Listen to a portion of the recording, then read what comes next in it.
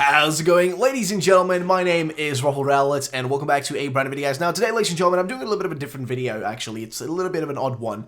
But what I wanted to do today, guys, is actually do a little bit of a review of the new Pokemon Sword and Shield anime. So, this is really just called, like, Pokemon, like, Pocket Monster. Like, there's not really, like, Sword and Shield attached to it, so to say, which is a little bit of the strange part. But I wanted to do a bit of a video to, like, just kind of cover the first episode and also the second episode that just came out. I'm actually about to watch that, and then I'll have the second video up for you guys a bit later today.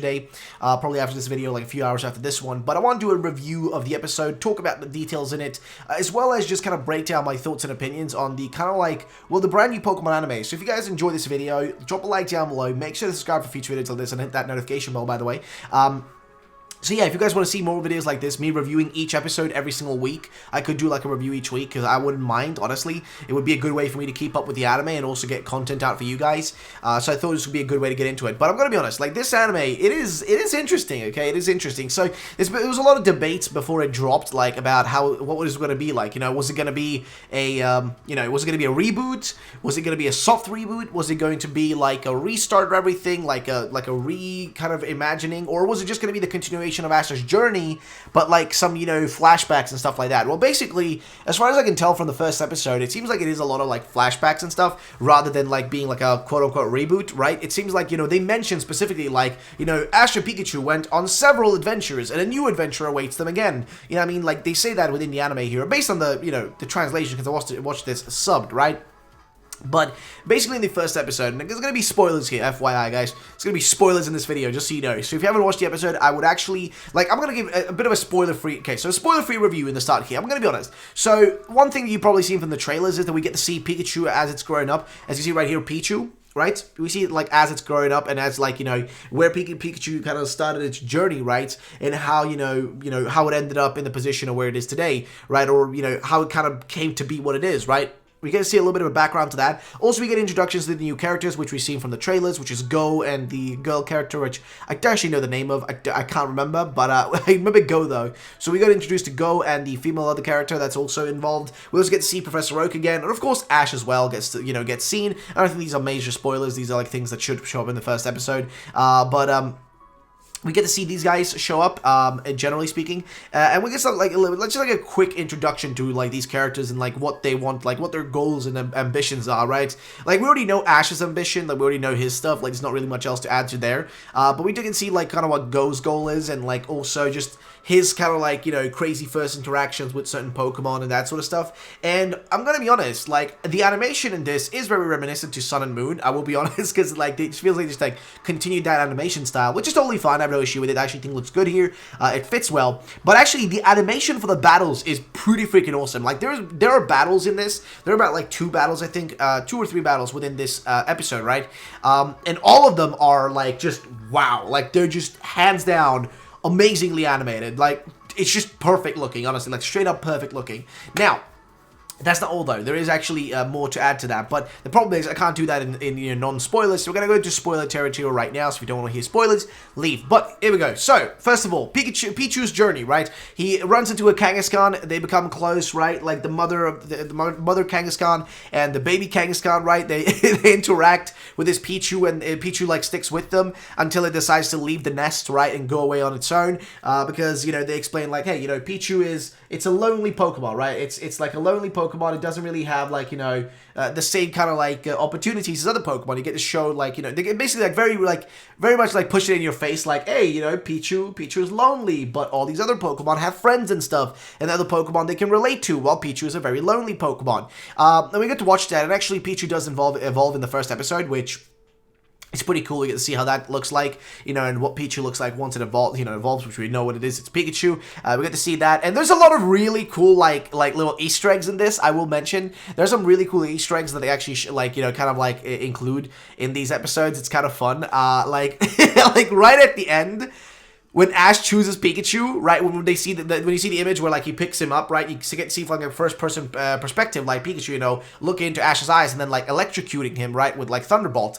Well, here's the thing. After he uses Thunderbolt, Ash is, like, holding it, and they pan the image to Pikachu, and all you see is this chubby Pikachu. Like, this just super chubby, like, straight up super chubby. Let me see if I can get my face cam working here real quick, so I can just find the image for you guys. But, is this hilarious. Just chubby picture of Pikachu. Let's just get this image real quick. I'm just trying to find the image so it doesn't get like copyright or whatever. It's just that, you know, YouTube can be a little bit sketchy when it comes to these guys. You know what I mean? But here it is. Here it is. Look at this. I mean, this is just adorable. Let me show you guys this. This is just... Look at this. Look at this.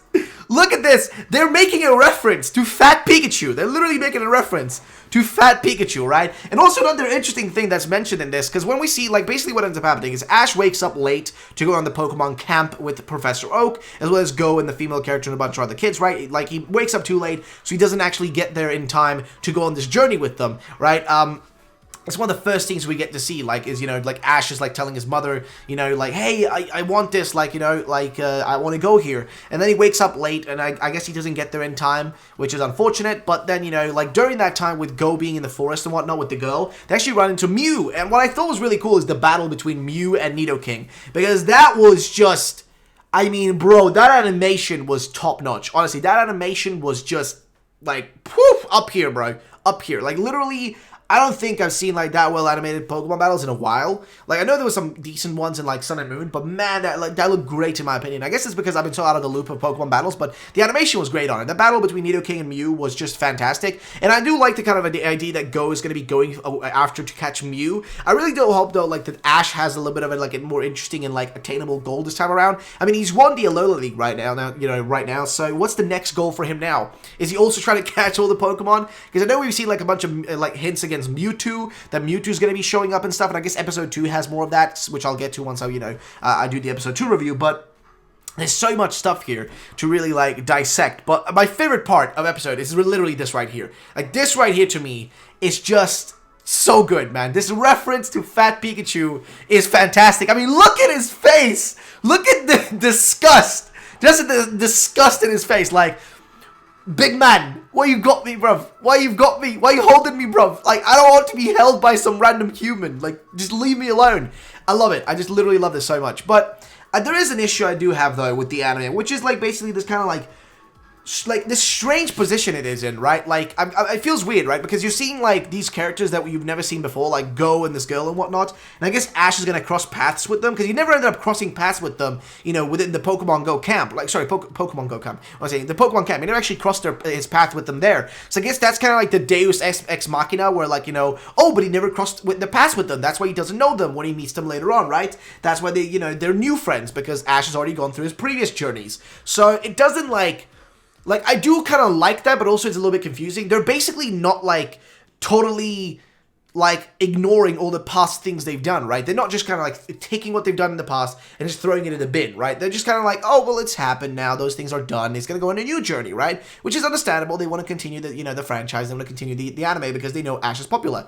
But, of course, introducing other characters like Go with attainable goals so that in case Go is not popular enough, they can easily just end his character off by the end of his journey, just being like, oh, cool, he's gotten all the Pokemon he wanted. Whoop-de-doo, it's done. Hey, look at that, you know? They can definitely do that. But it feels like the anime, like, it felt a little bit odd in the beginning. It's like, okay, so we got the background story to Pikachu, which is interesting. I don't know, it's strange.